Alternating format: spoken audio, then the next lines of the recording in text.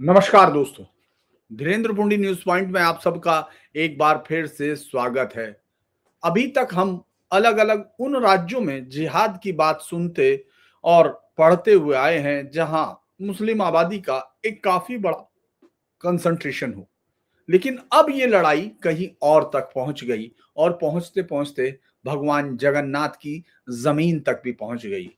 उड़ीसा में जब इस तरह का मामला सामने आता है जिसमें हिंदू लड़कियों के लिए किसी रेट कार्ड की बात होती है, तो शायद बहुत सारे लोगों को यह अजीब नहीं लग रहा हो, लेकिन जिन्होंने भी इतिहास को जरा सा भी गौर किया है उनको लगता है कि जैसे ये एक बड़ा ही विलक्षण मामला है, क्योंकि उड़ीसा उन राज्यों में से शामिल है जिन्होंने इस्लामिक हमलावरों के हमलों की बड़ी दृढ़ता के साथ उनका विरोध किया और उनको विफल किया। लंबे समय तक गंग राजाओं ने इस राज्य को बर्बर, लुटेरे, हत्यारे, बलात्कारियों के हमलों से बचाए रखा, लेकिन आज महाप्रभु जगन्नाथ की भूमि जिहाद का, जिसको लव जिहाद कह सकते हो, लैंड जिहाद कह सकते हो, या जो भी हिस्सा कहना है, वो जो भी आप नाम देने में जो आपको सुविधा लगे वो आप कह सकते हो। जहां की हवाओं में शांति, समर्पण और दृढ़ता आपकी बात होती थी, वहां आज एक अदृश्य युद्ध का एक हिस्सा बनती जा रही है जो आने वाली पीढ़ियों के भविष्य को निगल रहा है। 21 दिसंबर को सबसे पहली घटना सामने आती है जब एक महिला शहर में, जहां ये महिला है, इन शहरों के नाम याद रखिए आप, इनके साथ पूरी कहानी आज मैं इतिहास के छोटे से हिस्सों के साथ भी आपको दूंगा, क्योंकि ये महिला जब पुलिस में रिपोर्ट करती है और अपने पति अयाज शेख का नाम लेती है, कहती है कि इसका पति शेख अयाज है, ये एक डोमेस्टिक वायलेंस का केस होता है, लेकिन वो ये बताती है कि ये अयाज शेख उसको तलाक देकर एक हिंदू लड़की के साथ शादी कर रहा है, क्योंकि उसके पति को 10 लाख के ऑफर हैं और उसका पति इससे पहले इस तरह के कामों में मुलव्विस रहा है। ये बात जो है चूंकि शुरू में पुलिस अधिकारी को अजीब लगती है, लेकिन फिर धीरे धीरे वो उसकी जो तह तक जाने की कोशिश करते हैं, तो उसके नंबरों में अलग अलग बाहर के ऐसे संदिग्ध नंबर मिलते हैं जिनसे चैट में पैसे की बातचीत भी चल रही होती है। तो ये केस थोड़ा सा गंभीर लगने लगता है, पुलिस उसकी जांच भी करती है और उसके बाद 48 घंटे बाद, इसके बाद 23 दिसंबर को चांदबली में एक 10 साल की बच्ची का डेड बॉडी मिलती है, उसकी तलाश होती है।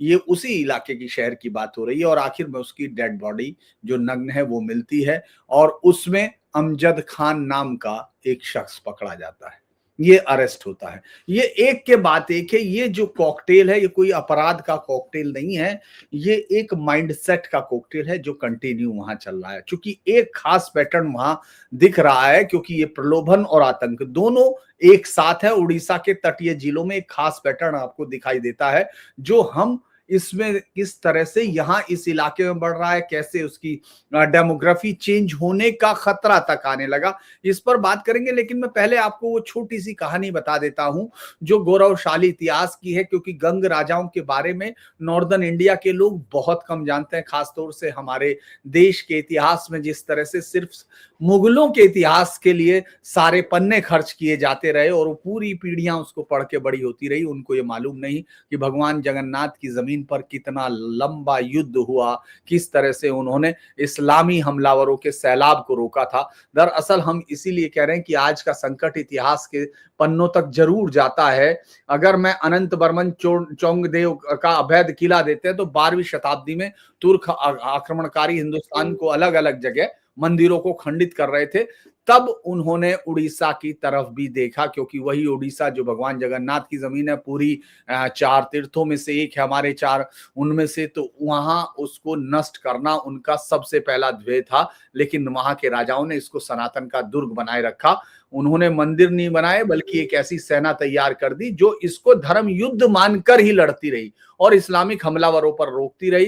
राजा नरसिंह देव प्रथम था। जब लखनौती का युद्ध 1244 में हुआ, बंगाल के सुल्तान तुगान खान ने अपनी सेना के साथ उड़ीसा पे हमला किया, तो राजा नरसिंह देव ने आक्रामक रणनीति बनाई और दूसरा कॉटसिन के युद्ध में मुस्लिम सेना को गाजर मूली की तरह काट दिया। सुल्तान अपनी जान बचा के बंगाल भागा, नरसिंह देव ने उसका पीछा किया और बंगाल के लखनौती को बहुत अरसे बाद हिंदुओं के कब्जे में आया। लेकिन ये कहानी इतने लंबे समय तक चली। 1568 में शायद आप लोगों ने वो उपन्यास पढ़ा है या नहीं, काला पहाड़ नाम से एक उपन्यास है जिसमें लिखा है उड़ीसा के अजेयता की कहानी को यहाँ खत्म कर दिया, क्योंकि ये काला पहाड़ जो राजा मुकुंददेव का सेनापति था, धर्मांतरित होकर मुसलमान बना था, उसने उड़ीसा के मंदिरों को जलाने की कोशिश की, विग्रह तोड़ने की कोशिश की। और आज जो कट्टरपंथ आपको दिखता है, उसके पीछे उन सब कहानियों का एक हिस्सा जरूर रहता है जो आपने बांग्लादेश में देखा, जिसमें वो जो हादी की बहन 200 साल पुराना बदला या युद्ध की बात कर रही है। दरअसल ये पूरा का पूरा इलाका इस महिला के साथ जो हुआ, ये कहानी क्या आती है, इस पर पहले आते हैं उत्तर प्रदेश में। जैसे आपने उमर गौतम या छांगुर या कलीम सिद्दीकी का धर्मांतरण का धंधा सुना, जिसमें हिंदुओं की बेटियों को जातियों के हिसाब से मुसलमान बनाने पर पैसे का एक ऑफर था। तो शेख अयाज जैसा मोहरा उसी का हिस्सा है। शेख अयाज की पत्नी ने बताया कि अयाज के संपर्क पश्चिम बंगाल के उन मदरसों से हैं जहां से कट्टरपंथी तैयार होते हैं। उसे निर्देश मिलता है किसी भी तरह हिंदू लड़कियों को प्रेम जाल में फंसाओ, उनको कन्वर्जन कराओ, और 10 लाख रुपए, चूंकि कोई छोटी इकोनॉमी तो है नहीं, ये पैसा कहां से आया होगा अगर आपको 10 लाख, क्योंकि वहां संख्या कम है इसीलिए इस पैसे की तादाद ज्यादा है। लेकिन उत्तर प्रदेश में भी 10 लाख है, तो इसका मतलब है कि उनके पास पैसे की तादाद नहीं। पुलिस की इंटेलिजेंस रिपोर्टें बताती हैं कि ज्यादातर इस तरह का पैसा तो खाड़ी देशों से आ रहा है, और केवल विवाह नहीं बल्कि उनके पूरे परिवार को धर्मांतरित करना है और समाज से काट देना, लड़की के साथ उस परिवार में घुसना है। और खासतौर से ये पूरी सर्च भी है कि किस तरह से वो जो परिवार में अकेली लड़की है या जिसके माँ बाप कमजोर हैं या जिसकी आर्थिक स्थिति कमजोर है, उनको टारगेट पर लेने का काम किया जाता है। और भद्रक और कटक में ऐसी कहानियां अब हो सकता है कि वो लव जिहाद की सामने आने लगे, क्योंकि शेख अयाज जैसे तो एक प्यादा भर होते हैं। और अगर आप ये डेमोग्राफिक वेट देखते हैं जैसे जैसे बढ़ देगा, तो आपको इस तरह की कहानियां बहुत मिलने लगेंगी जहां कानून की कोई हैसियत नहीं होगी। क्योंकि इस पर हल्ला हो रहा था कि ये जो 10 साल की बच्ची जिसके साथ रेप किया, उसके बाद रिकॉर्ड उसका खंगाला गया जब अमजद खान का, तो ये पता चलता है कि वो मजहबी रसूख वालों का खासा आदमी था। तो जनता तो भद्रक की सड़कों पे उतरी। पिछले कई सालों से जो गुस्सा इकट्ठा हो रहा था उसका है, और उसका आरोपी का घर जलाया गया। जनता वहां 144 है। मुख्यमंत्री ने 10 लाख रुपए का उस बच्चे के परिवार वालों को मुआवजा भी दिया, चूंकि तमाम पार्टियां इकट्ठी हो गई। लेकिन ये जो भद्रक का इलाका है, ऐसा नहीं है कि यहाँ सिर्फ यही हुआ हो, इसके अलावा कोई बहुत सारे केस नहीं हो। दरअसल ये तमाम वहां के डेमोग्राफी बदलाव की कहानी है। रामनवमी 1991 में भद्रक में बड़े जबरदस्त तरीके से भीषण दंगे हुए थे। उस समय पुराना बाजार, जिसे मुस्लिम बहुल इलाका केंद्र था, आगजनी और लूटपाट की घटना हुई। भद्रक में 2017 में सोशल मीडिया पे जब विवादित पोस्ट हुई तो फिर दंगा हुआ, उसमें भी भगवान को लेकर वो किया गया। उसके बाद शहर में कई दिन तक कर्फ्यू रहा। और कटक को तो जिसको कहने के लिए तो भाईचारे का खैर कहा गया, लेकिन 1950, 1964, 1992 बाबरी विध्वंस के बाद कई सारी घटनाएं देखी गई। लेकिन 2025 की घटना को दशकों की सबसे बड़ी घटना माना गया, जब उन्होंने विसर्जन पर बाकायदा जुलूस फहरा लिया। हालत तो यह है कि जो कटक में जो हुआ था वो 4-5 अक्टूबर की घटना थी। दुर्गा विसर्जन के दौरान दरगाह बाजार और हाथी पोखरी इलाकों में विसर्जन जुलूस पर छतों से पथराव, कांच की बोतल फेंकी गई। इस हमले में कटक के डीएसपी ऋषिकेश खिलाड़ी सहित 15 से ज्यादा पुलिसकर्मी घायल हुए थे।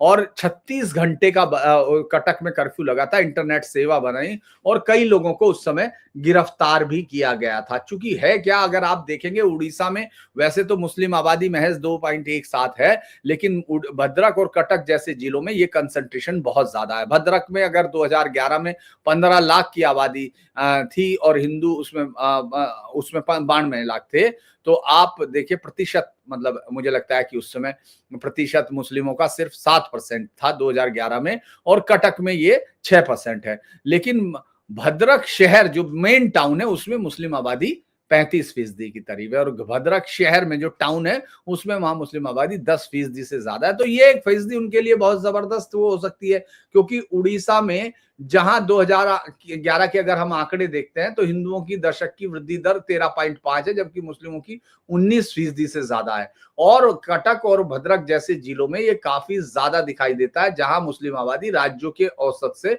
कहीं ज्यादा दिखाई देती है।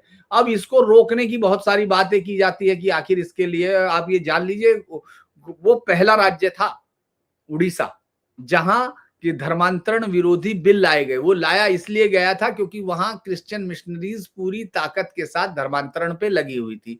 आपको मालूम होगा उनकी आबादी 2 से 11 लाख हुई, तो यानी काफी चेंजेस होती रही। लेकिन मुस्लिम्स का जो ये नया ट्रेंड शुरू हुआ, इसमें सबसे बड़ी चीज ये आ रही है कि जैसे ही पीएफआई पर प्रतिबंध लगा था, चूंकि एक वो उसने उड़ीसा में उसके स्लीपर सेल्स की सक्रियता पाई गई थी, इस संगठन ने राज्य में अपना अलग बदल दिया।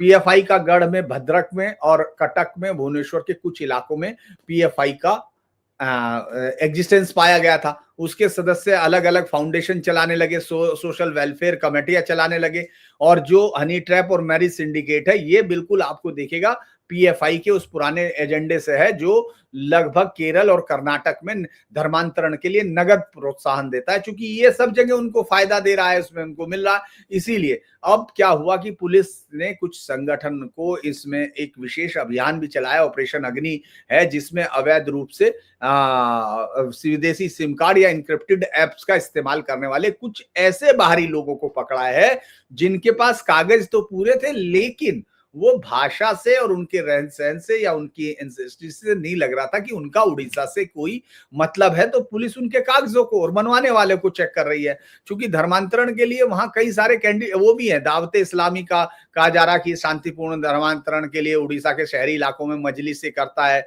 तबलीगी जमात वहां अक्सर इस्तेमा के लिए दिखाई दे रही है, और वहां उन्होंने क्या कर रखा, पिछड़ी जाति और दलित आबादी में सबसे ज्यादा है। और बांग्लादेशी घुसपैठ नेटवर्क अगर आप देखेंगे, जगत सिंहपुर और केंद्रपाड़ा में जो दिसंबर 2025 में कई अवैध बांग्लादेशी पकड़े गए हैं। पुलिस जांच कर रही कि आखिर इनको लाया कहां से गया। अगर हम इसको देखते हैं तो सिर्फ ये अकेला नहीं है, यहाँ का इलाकों में पुराना बाजार कांड में मतलब ऐसे नो गो जोन बन चुके जहां कि कोई हिंदू को अंदर जाने की हिम्मत नहीं होती है तो उसके साथ कुछ भी हो सकता है। कुछ वार्डों में तो मुस्लिम आबादी वहां भद्रक में 40 से 45% हो चुकी। सरिया पॉकेट्स डेवलप करने की बातें तक वहां लोग करते हैं। हिंदू व्यापारी वहां से अपना सामान समेट रहे हैं।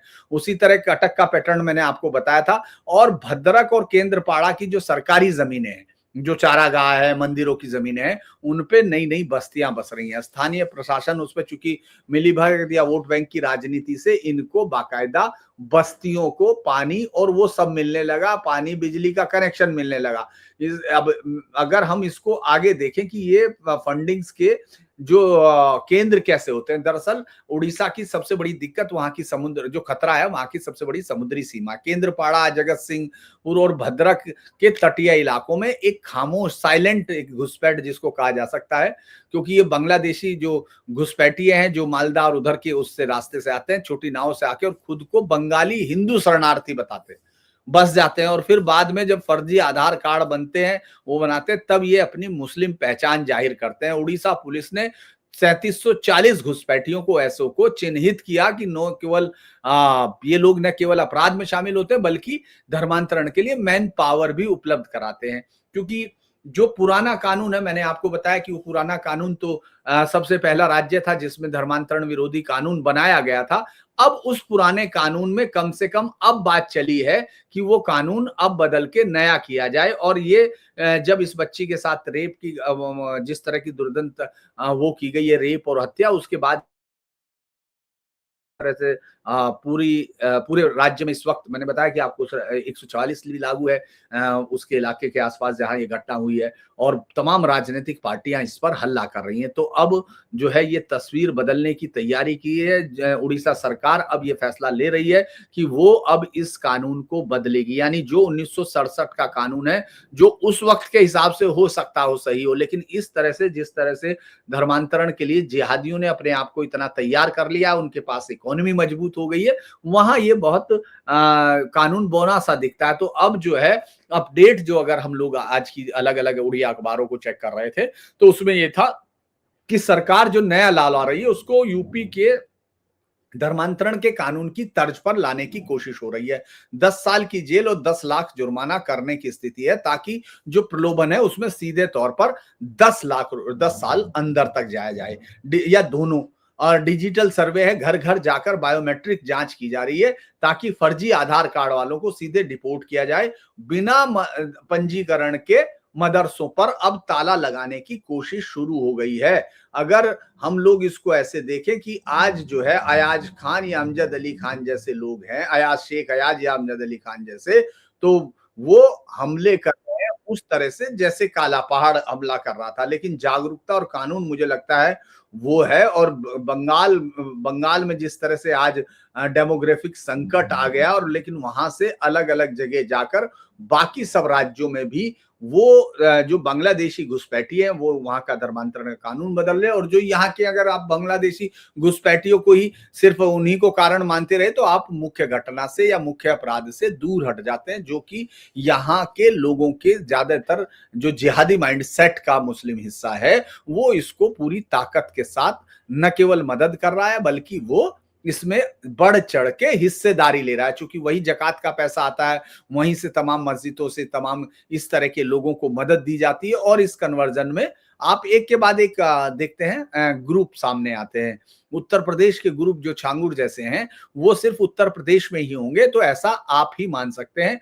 कम से कम उनकी गतिविधियां तो नहीं बता रही कि उसी तरह होंगे। उत्तर प्रदेश में तो इस तरह के ग्रुप्स भी हैं जहां लड़की, अगर मुस्लिम लड़की अपनी दोस्त को, हिंदू लड़की को साथ लेकर घर से गायब हो गई, क्योंकि उसको किसी मुस्लिम लड़के से मिलवाना था और बाद में उसका कन्वर्जन होना था। ये आपने बहुत सारा आगरा का केस देखा, एक और केस अभी गायब है, उसमें कई राज्यों की कई पुलिस, जो जिलों की पुलिस थी, उस लड़की को ढूंढ रही है। तो ये जो धर्मांतरण है, और खासतौर से उड़ीसा पर ये जो नया वो है, जो नया राज्य उन्होंने खोजा है, ये कश्मीर से लेके केरल तक चलते हुए एक जिहादी माइंडसेट के सुनियोजित षड्यंत्र का एक हिस्सा है।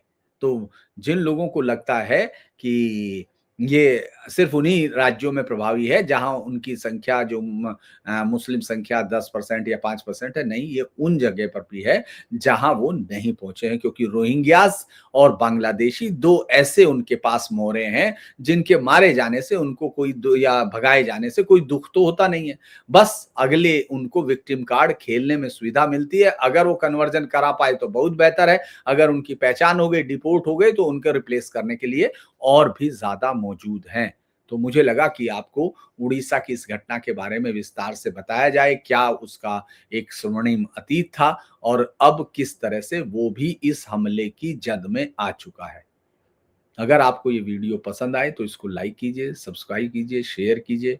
ऊपर हमारा QR कोड है, अगर आप इसको स्कैन करके मदद करना चाहते हैं तो वो भी कर सकते हैं।